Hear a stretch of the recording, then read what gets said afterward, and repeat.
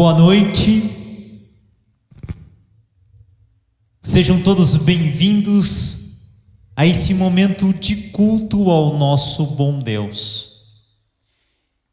E nós queremos começar esta mensagem através de duas leituras bíblicas. O texto de Gênesis, capítulo 2, versículos do 18 e depois o versículo 21 até o final, o versículo 25, e depois o texto de Mateus, capítulo 10. Diz assim a palavra do Senhor Deus. Gênesis 2:18. Disse mais o Senhor Deus: não é bom que o homem esteja só. Far-lhe-ei uma auxiliadora que lhe seja idônea. Agora o versículo 21 em diante. Então o Senhor Deus fez cair pesado sono sobre o homem, e este adormeceu. Tomou uma das suas costelas e fechou o lugar com carne. A costela que o Senhor Deus tomara ao homem, transformou numa mulher, e lhe a trouxe, e disse o homem: esta afinal é osso dos meus ossos, é carne da minha carne. Chamar-se-á varoa, porquanto do varão foi tomada. Por isso deixa o homem pai e mãe, e se une à sua mulher, tornando-se os dois uma só carne. Ora, um e outro, o homem e sua mulher, estavam nus e não se envergonhavam. Também a leitura de Marcos, capítulo 10, versículos 6 ao 9. Nas palavras de Jesus: porém, desde o princípio da criação, Deus os fez homem e mulher. Por isso deixará o homem a seu pai e mãe, e unir-se-á a sua mulher, e com sua mulher serão os dois uma só carne. De modo que já não são dois, mas uma só carne. Portanto, o que Deus ajuntou, não separe o homem. Queridos, nós queremos falar com nosso Deus em oração. Em nome de Deus Pai, Deus Filho e Deus Espírito Santo. Senhor Deus, sabemos que Tu não és um Deus distante de nós, mas é o Verbo que se fez carne, o Deus que veio nos se relacionar conosco, e é através da Tua palavra que Tu vem e fala a nós. Por isso, Senhor Deus, abençoa este momento da mensagem do nosso Deus, para que nós possamos viver um relacionamento adequado contigo, cheio da Tua graça e do Teu amor. Também nos nossos relacionamentos, sejamos nós esposo ou esposa, namorado ou namorada, ou viúvo, divorciado, solteiro, porque todos nós nos relacionamos com o nosso vizinho, com o nosso irmão, com os nossos pais, com o órfão, com as pessoas da igreja. Precisamos, Senhor, do Teu cuidado, da Tua graça e da Tua orientação. Em nome do Senhor Jesus, o nosso Salvador. Amém. Queridos,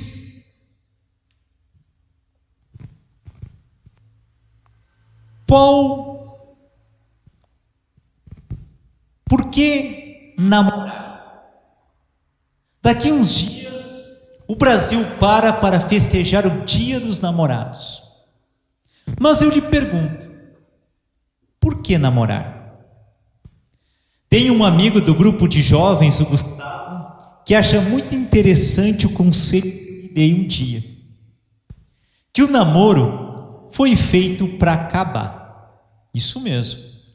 Ou ele acaba porque você descobre que aquela pessoa com quem você está namorando, ela não fecha mais com você, não existe futuro nesse relacionamento, ou ele acaba em casamento. O namoro foi feito para acabar. O que não significa que no casamento acabou o namoro. O casamento é um eterno namoro, porém é um passo adiante, mais profundo, que envolve um status diferente, cheios de compromissos, mas também de bênçãos que Deus dá àqueles que assumem este compromisso. Agora você que está namorando, então pense no namoro como um processo, com o objetivo de chegar lá. Pense no namoro no momento de conhecer um ao outro. Alguns falam de esperar 2 anos para isso. Isso varia, mas é bom não enrolar a moça ou o moço, viu? O importante é conhecer um ao outro para tomarem esta decisão. Se o namoro é o processo para o casamento, qual o objetivo? Qual o propósito do casamento? Gosto muito da história de um homem que estava casado com sua esposa já há uns 55 anos. Então ele veio a falecer e foi para o céu. Alguns meses depois, a sua esposa, que tinha ficado aqui na terra, também morreu. Quando ela chegou no céu, ela viu o esposo ao longe e saiu correndo atrás dele. Amor, amor, amor, amor, dizia ela. Quando ela chegou bem pertinho dele e ele a reconheceu, ele disse: espera aí, até que a morte o separe. Talvez você conheça essa história. E ela pode refletir alguns casamentos. É claro que é até a morte o separe, mas muitos veem o casamento simplesmente como um mero compromisso, como um lugar de reprodução da família, de crescimento. E muitos ficam anos, décadas, unidos, casados, e quem sabe até frustrados, machucados. Quem sabe caiu tanto na rotina que deixa assim. Eis o problema. Eis o problema. O casamento é muito mais do que essa decisão. O casamento, ele envolve 2 coisas muito importantes: companheirismo e compromisso. De que maneira companheirismo?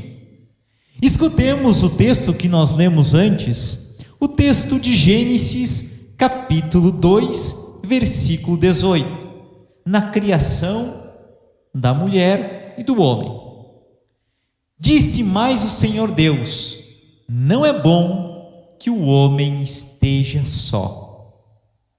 Não é bom estar só. A solidão não é boa.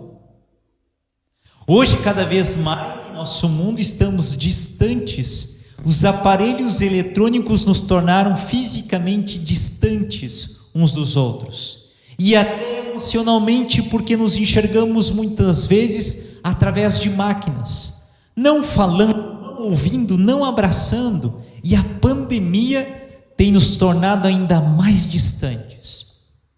A solidão já era um tema do passado, é do presente e se tornará ainda mais do futuro. A solidão significa que você está desconexo do mundo, das pessoas, e tem se isolado. E daí vem as consequências desse isolamento. Não é bom estar só. Faço um parênteses aqui, que muitas pessoas, viúvas, solteiras, divorciados, estão sós, do ponto de vista que não estão se relacionando amorosamente com alguém, mas eles não têm o problema da solidão. Isso não quer dizer que eles não se relacionam com outras pessoas, com um irmão, com um amigo, quem quer que seja. E eles estão bem. Mas Deus, quando olha para Adão sente falta de algo na vida dele, que pudesse completá-lo. Então Deus diz: não é bom que você esteja só. O casamento sim serve como companheirismo, o que não significa, o que acontece muitas vezes, que o homem ou a mulher projeta no casamento ou nessa união a felicidade. Alguém disse uma vez que você não deveria casar para ser feliz. É por ser feliz que você deveria casar. Há uma inversão de valores. Cuidado com a frustração, cuidado com uma projeção exagerada. Mas não quer dizer que o casamento não vai proporcionar algo tão importante na nossa vida: o companheirismo. Não é bom que o homem esteja só, disse Deus. Interessante que muitos homens e mulheres, mesmo casados, se sentem só, solitários. Por quê? Afinal de contas, eles estão casados. Eis aí a grande questão do casamento, gente. Não é só um compromisso, uma decisão, mas é uma decisão de conquistar todos os dias. É uma decisão de permitir que o casamento seja renovado uma e outra vez. Arnaldo Jabor, aquele famoso jornalista, disse: sou casado 4 vezes, mas com a mesma mulher. É preciso renovar os votos matrimoniais, é preciso diálogo, é preciso ter coragem, é preciso buscar a ajuda de Deus para isso. Então o casamento não pode ser algo monótono, que se deixa levar pelas responsabilidades, ou algo só porque foi fixado na igreja ou no papel, mas precisa ser trabalhado, moldado, cuidado. E a Bíblia nos fala disso. Diz a palavra do Senhor: não é bom que esteja só. Far-lhe-ei, vou fazer uma auxiliadora que lhe seja idônea. Auxiliadora é uma companheira, uma amiga, alguém que está ao lado. Na tradução original, face a face. Isso também significa, gente, não que o homem é superior e a mulher é inferior. Até a ideia de face a face significa na mesma altura, na mesma medida. Somos feitos iguais diante de Deus e somos iguais. Não existe superioridade. Quando um dos lados, a mulher, busca para si essa superioridade, ele na verdade ou ela está transgredindo aquilo que Deus projetou para o matrimônio. Eles são iguais. Podem até ter funções diferentes dentro do casamento. Vamos ver isso futuramente.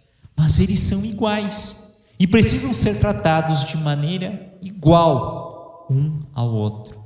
Deus os fez assim. Quando lemos o livro de Efésios, é muito claro Efésios dizendo que um deve servir ao outro em temor ao Senhor.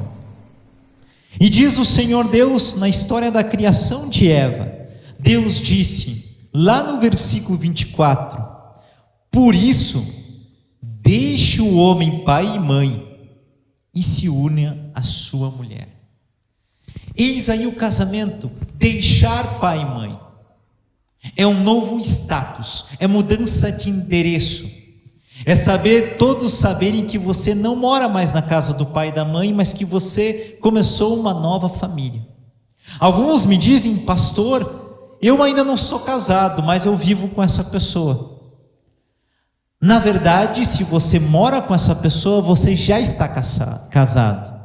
Você na verdade precisa elevar isso a um patamar maior, que é o casamento na igreja, com a bênção de Deus. Mas você já está casado. Você já assumiu esse compromisso. Você não está mais tentando e nem deveria pensar nisso. Você já está unido a ela ou ela unida a ele. Então, gente, o casamento é sair desse status. E aproveito para dar outro conselho a vocês. Muitos casamentos têm um problema quando há uma interferência do pai e da mãe no relacionamento. Ou então ambos, o marido ou a mulher, permitem uma interferência do pai e da mãe. Nós temos que seguir honrando o pai e mãe, amando eles. Mas é muito importante dentro do relacionamento, para que ele seja seguro, que exista autonomia, independência dos pais. Por isso, sair da casa do pai e da mãe. Começar. Há uma necessidade de intimidade, há uma necessidade de diálogo entre os dois, há uma necessidade de autonomia, ter coragem para fazer as coisas, permitir-se até cometer erros, o que às vezes os pais não querem deixar acontecer. O pai e a mãe são importantes conselheiros, e a melhor coisa que eles podem ajudar os filhos é no exemplo de sua vida, no seu relacionamento. Então vai um conselho de você não morar tão pertinho do seu pai e da sua mãe, né? Alguns relacionamentos dão certo mesmo assim, mas é muito difícil. É preciso esta independência dos pais. E diz o texto bíblico: deixe o homem pai e mãe e se una à sua mulher, tornando-se os dois uma só carne. Essa é uma equação diferente das quais conhecemos, onde 1 mais 1 é 2, mas na lógica bíblica, homem e mulher, 1 mais 1 é igual a 1. Ou seja, eles não somam, eles não se tornam 2, eles se tornam um só. Essa palavra significa grudado. Passe uma cola em 2 folhas de ofício e cole, e tente depois tirá-las. Pedaços ficarão um no outro, porque eles ficaram grudados. Então, eles estão unidos, grudados, são um só. Mas há uma diferença muito interessante que nós precisamos entender também. Que ainda que exista unidade, não significa que cada um não vai viver a sua personalidade. Sim, eles buscam a unidade, mas têm personalidade diferente. Trouxeram uma cultura diferente da sua casa. Eu vou dar um exemplo para vocês com respeito a isso, né? Nós olhamos a Trindade, o triângulo, Pai, Filho e Espírito Santo. É o que nós temos, né? 3 pessoas, um só Deus. Se nós mudarmos a direção dos nomes, por exemplo, Pai no lugar do Filho, Filho no lugar do Espírito Santo, Espírito Santo no lugar de Deus, ficará a mesma coisa, né? Ficará a mesma coisa, porque eles têm o mesmo grau de importância e são a mesma coisa. Nós podemos olhar para dentro da Trindade e trazer essa referência para dentro da união matrimonial. Pense no nome de cima do triângulo, Deus, e do lado, homem e mulher. Homem e mulher podem trocar de lugar, eles estão na mesma altura, no mesmo patamar, mas o vértice, a parte de cima, é Deus. Essa é uma união entre Deus, esposo e esposa, mas Deus lá em primeiro lugar. Esta é a unidade que a Bíblia está falando. Eles são iguais, eles se tornam iguais, mas também vamos ver que tem suas diferenças. Na personalidade, por exemplo. Se nós pensamos em Deus Pai, Deus Filho e Deus Espírito Santo, que são um só Deus, lembro vocês que quem morreu na cruz foi o Pai? Não, o Pai não morreu na cruz. Quem morreu foi o Filho, mas o Pai esteve presente. Quando Jesus ressuscitou, quem veio a nós? Quem dirige a igreja? O Espírito Santo. Quando Jesus está no jardim do Getsemane, ele se dirige ao Pai, a Deus Pai. Então eles são pessoas diferentes, mas estão juntos. Por exemplo, quando Deus cria o homem e mulher, ele diz: façamos o homem à sua imagem e semelhança. Façamos é plural.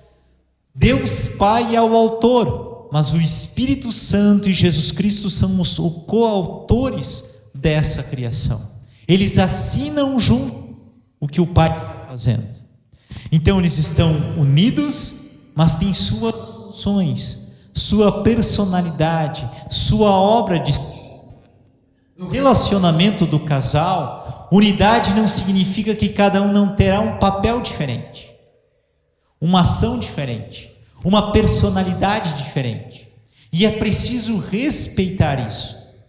Por isso, friso a vocês a importância do diálogo, do ouvir atento o outro, de entender, de chegar a um acordo final diante das grandes decisões do casamento.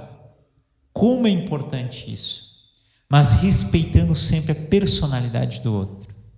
Vou dar um exemplo de vocês, meu e da minha esposa. Eu e a Daniela somos tão diferentes em muitas coisas que às vezes nos perguntamos: como é que a gente acabou namorando e casando? Porque ela tem certos gostos, preferências, e tem um jeito que ela foi criada diferente do meu. Eu vou gostar muito de esporte, sempre gostei muito de esporte. A Daniela não, ela foi mais intelectualizada, né? Ela gosta disso e eu gosto daquilo, né? Somos diferentes até nos gostos musicais, boa parte da literatura, alguns dos hobbies são diferentes, tem filmes totalmente diferentes, mas como que nos torna unidos? Temos até personalidades diferentes, né? A diferença está, a união nossa está na mesma fé, na mesma razão de que o nosso casamento funcione para servir a Deus, que um compromisso de amor e serviço um ao outro, de crescimento um com o outro. Nós temos objetivos e visões iguais com respeito ao casamento, a nossa fé, mas somos diferentes. E vejam que nós na verdade crescemos quando há diversidade dentro dessa união. Essa diversidade, a diferença muitas vezes nos distancia um pouco, mas se aprendemos a lidar com ela, essa diversidade permite com que a gente cresça e desenvolva, aprenda com o outro, possa atingir distâncias mais longas com o nosso relacionamento. Temos inclusive um aprendizado de mudar de ideia, de entender algumas coisas melhores. Como é importante essa unidade. Por fim, o texto bíblico, querido irmão, querida irmã, nos diz o seguinte, o versículo 25, depois de Deus dizer que Adão e Eva tornariam-se uma só carne. Ora, um e outro, homem e sua mulher, estavam nus e não se envergonhavam. Faz um relato de Adão e Eva no paraíso. Estavam nus, mas não tinham vergonha. Dentro do relacionamento com Deus, numa união matrimonial, nós também estamos nus, no sentido que a vergonha ela cai, porque dentro desse relacionamento com Deus, no casamento, nós não temos por que esconder algo um do outro, tudo está revelado ali, a intimidade que existe naqueles que se tornam um só, permite que eles possam viver a sua sexualidade, entre eles, somente entre eles, mas com alegria, com coragem, com paciência. É uma descoberta, é um crescimento. Como um casal de amigos que já tinha mais de 25 anos casados, lá em Dourados, membros da minha comunidade, um dia falaram: pastor, você vai ver quando eu tiver 25 anos, vai ser melhor ainda, inclusive no relacionamento sexual. Ou seja, é uma troca, é um crescimento, é um aprendizado juntos que se faz como casal. Mas para que isso seja bonito, seja bom, é preciso que todas as áreas do casal trabalhem junto, né? Na área de criar os filhos, na área do trabalho, para onde vai ser usado esse dinheiro, quais são as férias, o que vão fazer nas férias como casal. Ou seja, é preciso essa unidade, mas não tem mais o que se envergonhar, não precisam mais carregar a culpa, porque aí existe a grande diferença. Vocês se lembram que no começo dessa mensagem eu falei para vocês sobre o companheirismo do casamento, sobre o compromisso. Isso acontece com Deus, porque no relacionamento nós vamos ter muitas diferenças, mas o que a gente precisa antes de tudo é a graça de Deus, é o cuidado de Deus. Eu vivo com a minha esposa não na certeza que não possa dar errado, somos seres humanos, eu e ela, mas existe uma diferença, nós nos colocamos debaixo dos cuidados de Deus, confiamos em Deus para que cuide do nosso casamento, para que cuide da nossa vida, para que cuide da maneira como nós vamos desenvolvendo esse casamento. Assim Deus, como um guarda-chuva na sua graça, vai cuidando, vai nos protegendo, vai permitindo que nós possamos viver cada vez mais na plenitude esse nosso relacionamento. O compromisso e o companheirismo antes do casal é de Deus. Deus assume o compromisso de cuidar da gente. Deus assume essa aliança e nós devolvemos essa aliança. Deus assume e diz: eu vou ser companheiro de vocês nessa jornada. Quando um cair, o outro vai levantar o que caiu. Assim é o propósito do casamento. Namorem, conheçam o outro, namorem muito depois de casados e sigam namorando, sigam crescendo, pois o casamento, a união foi algo que Deus entregou para o companheirismo, para o compromisso, para a transformação, para ser a imagem de Cristo um do outro e para os filhos também. Que Deus conceda, queridos irmãos, a vocês uma fé firmada na graça, no amor e na orientação do Senhor Jesus. Amém. Nós queremos falar com Deus em oração neste momento, queridos irmãos. Querido e bom Deus, não é bom que o homem esteja só. Que bom, Senhor, que vieste a nós e não nos deixaste sós, pois enviaste teu Filho Jesus Cristo, e por isso a tua igreja se sente abastecida da presença de Jesus. Cada cristão se sente abastecido e cuidado. Mas também temos a vontade, o desejo de criar relacionamentos entre nós que perdurem, inclusive relacionamentos emocionais, como o casamento. E aqueles que estão pensando nisso, aqueles que projetaram, aqueles que viveram, estão vivendo isso, abençoe e protege. Dá a eles esta coragem de mudar, de pedir perdão, de receber perdão, de confiar na graça, de seguir tentando, investindo no outro, de viver essa graça maravilhosa que tu nos oferece. Aqueles que talvez passaram por uma decepção amorosa, saibam que eles não foram abandonados por ti, e que aquilo que aconteceu, o divórcio, a viuvez, não é o fim. Ou aquele que ainda não conseguiu encontrar o seu querido e ainda é solteiro, não é o fim. Permita, Senhor Deus, que eles coloquem como cada um de nós a ti antes dos nossos relacionamentos. E permita, Senhor Deus, que tu possas dar novas oportunidades para que todos que desejam ter alguém ao seu lado numa relação amorosa possam ser muito sábios na escolha, fazendo tudo para a honra e glória do teu nome, que tenham um companheiro ou uma companheira ao lado, que possam ter a unidade entre eles e contigo.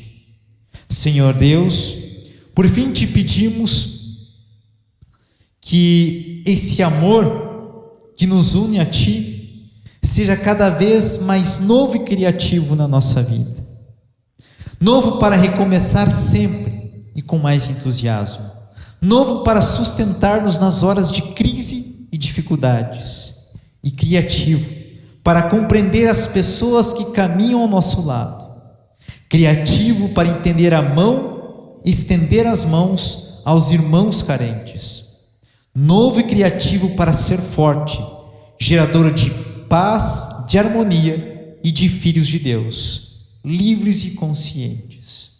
Em nome do Senhor Jesus, o nosso Senhor e Salvador. Amém. Queridos irmãos e irmãs, anuncio a todos vocês a bênção do Senhor. O Senhor te abençoe e te guarde. O Senhor faça resplandecer o seu rosto sobre ti e tenha misericórdia de ti. O Senhor sobre ti levante o seu rosto e te dê a paz. Amém. Nós louvamos a Deus com o último hino.